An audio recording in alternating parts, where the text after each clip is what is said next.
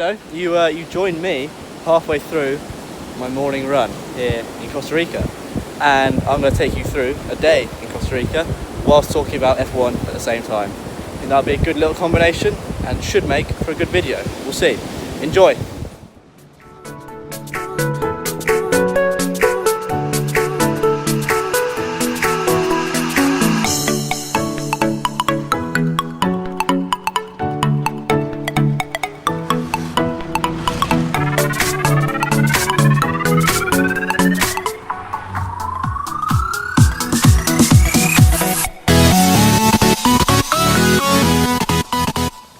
Right, hello again. You joined me a few hours after the run from earlier, recovered, and now let's talk F1. So today is the 1st of June, got my computer here, and because we're going to go through all the news stories from the 1st of June 2021, which is a week before the Baku Grand Prix and a week after the Monaco Grand Prix. So, let's have a look at the first one. 5 reasons why Carlos Sainz has settled so quickly at Ferrari, which he has, in fairness. He's looking quite strong in the Ferrari now. He's looking almost a match for Leclerc in Monaco. So, let me just have a read. I haven't read it yet. So, yeah, many thought he was going to be Charles Leclerc's wingman, myself included. A lot of people thought that, but, you know, he's starting. Hopefully he can maintain it to prove people wrong. Right, let's go on to the reasons. Relocation is number 1. So Sainz is no stranger to moving teams in Formula 1, and he lives very close to Maranello, the Ferrari headquarters. He puts the hours in, number 2. He's a very hard-working individual, Carlos Sainz, and it's clear that he's got a strong bond with the team already.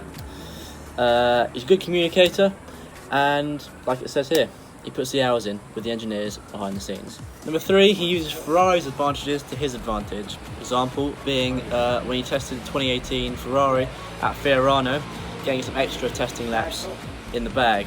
And that he's moved teams so often, he is very adept to new machinery. And number 4 is being adaptable behind the wheel. He's a good driver and he knows how to get up to speed with a new car. He's had to do it 4 times now. So yeah, that's definitely helped him. Some drivers don't even move 4 teams in their whole career. He's done it in the space of 7 years. And number 5, using his team player mentality. So what this means is that the Sainz family, him and his dad, they're team players. They'll always get involved with the team and do what they can to help each other out. And he's doing that to his advantage. And it's clear to see, you know, if they work together, they'll get synergy. And when you get synergy, you get results. So yeah, Sainz has had a solid start to his Ferrari career. I think he'll get stronger. He's proving why they chose him over Ricciardo for that seat. Right, let's try and pick out another story. Here we go, one on Mercedes. Weekends like Monaco keep coming back for more, says Wolf, as Mercedes look to bounce back in Baku. Torrid pit stop for Bottas. 43 hours I think it lasted in the end. A ridiculous stat, but they couldn't get the wheel off. So the form guide is in Mercedes' favour. They've won 3 of the last 4 races at Baku, and they've all been pretty much exciting Grand Prix. So there's no doubt they'll be back strong over there. Okay, there's another one here on Ferrari, but we've already kind of done Ferrari, so let's do this one. Lance Stroll's maiden podium and four more feel-good moments of the Azerbaijan Grand Prix. Let's see what we've got. Okay, it's a video. Let's have a look. Turn it down. Oh yeah, when Raikkonen needed his gloves in the pit lane, I'll put a clip up.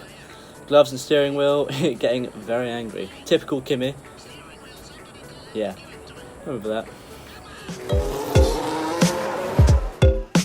Get my gloves and steering wheel. Gloves! Mark, gloves! Steering wheel, gloves and steering wheel, yeah. Hey! Hey! Steering wheel, somebody tell him to give it to me. Come on! Whoa. Sergio Perez's fine drive in 2018 to a podium when the Force India wasn't that good, Force India at the time. Yep, that's a good drive. Typical Perez podium, picking up the spoils where others failed. Back on the road. Sebastian Vettel has been passed by Sergio Perez. He'll become the most successful Mexican racing driver of all time with 8 podiums. Sergio Perez picks up what at one stage was a very unlikely podium. Look at those scenes down at Force India. We did it once again, guys, once again. Ricciardo's triple overtake, that was another good moment. 3-in-1 into the first corner. Hamilton then ahead of Sebastian Vettel, ahead of Felipe Massa and his teammate Lance Stroll, and Daniel Ricciardo's in that fight, and Nico Hülkenberg as well, and down the inside goes Daniel Ricciardo. What a move from the Australian. He's picked up a couple of places in one corner. Wow, great control. And the final one, Lance Stroll's podium. Now there was a big surprise. Lance Stroll was ridiculed in his first year for being a paid driver, and then in 2017 put it on the podium for P3 in the Williams. And the Williams was a midfield car back then, but yet still a very good achievement. Lance Stroll, has he been overtaken by Valtteri Bottas? Just on the line, Bottas gets second. A podium for Lance Stroll. Oh man, he got me. Unlucky. P3, mega drive. Oh man. Oh my god. That's so cool. Mega job, Lance. Well done. Yes! Thank you everyone. Wow, this is like a dream come true. Lance Stroll gets his first podium. Now, I'm going to go for lunch and go for a surf, so I'll catch up with you later.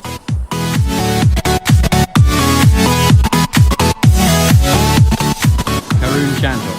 Now, I'm going to say that he overachieved because he came in 2010 with the Spaniard car. Despite the Spaniard car being very bad, he was also very bad. He didn't really do much and showed very little talent. So I'm going to say he overachieved. David Coulthard. David Coulthard, I'm going to say underachieved because he was racing at a time when there were lots of other good drivers around. Therefore, he could have been a world champion, but unfortunately, he wasn't. He won some good races though, and showed some good talent. Nigel Mansell. Nigel Mansell, I can go either way on this. It's difficult to decide. I'm going to put him straight in the middle because, again, like Coulthard, he was driving with some fantastic drivers around him, yet still achieved greatness and was the best British driver for a very long time, until certainly Lewis Hamilton came along. So I'm going to say he was right in the middle. Paul di Resta. Paul di Resta, I'm going to say that he underachieved because he never got a chance at a top quality car. You know, he showed glimpses of talent at Force India, so he definitely could have done more, I think. But he only lasted, what, 3 or 4 years? So I'm saying underachieved. Jolyon Palmer. Jolyon Palmer, I'm going to say that he overachieved. You know, he got 2 years at Renault and really probably should have only got 1 because that first year in 2016 he didn't do much at all. So I'm going to say that he overachieved. Alex Albon. Alex Albon, massive underachiever. A victim of the Red Bull Driver Academy, unfairly spat out at the end of 2020. Whether he'll return to the grid again, who knows, but he massively underachieved, I think. Okay, so just got back from the beach, from a surf. It was nice, it's about 5:30, 6 o'clock now. So let's talk Baku. So Baku's this weekend, Monaco's last weekend, and then who knows when this video is going to hit the internet. So we'll see, it'll be after Baku. So we'll see whether my predictions come true or not. So I'm going to say Mercedes will be a lot stronger than they were in Monaco and at previous races. They've always gone well at Baku. So I'm going to say that Bottas is going to take pole from Hamilton, from Verstappen, and then in the race I think it'll be the same order. I think Bottas will win again. He's always gone well at Baku. He almost won in 2018. I think he won another year as well. I can't remember what year.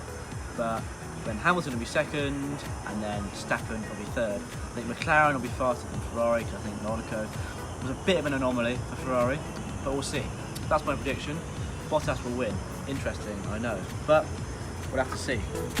So, there we go.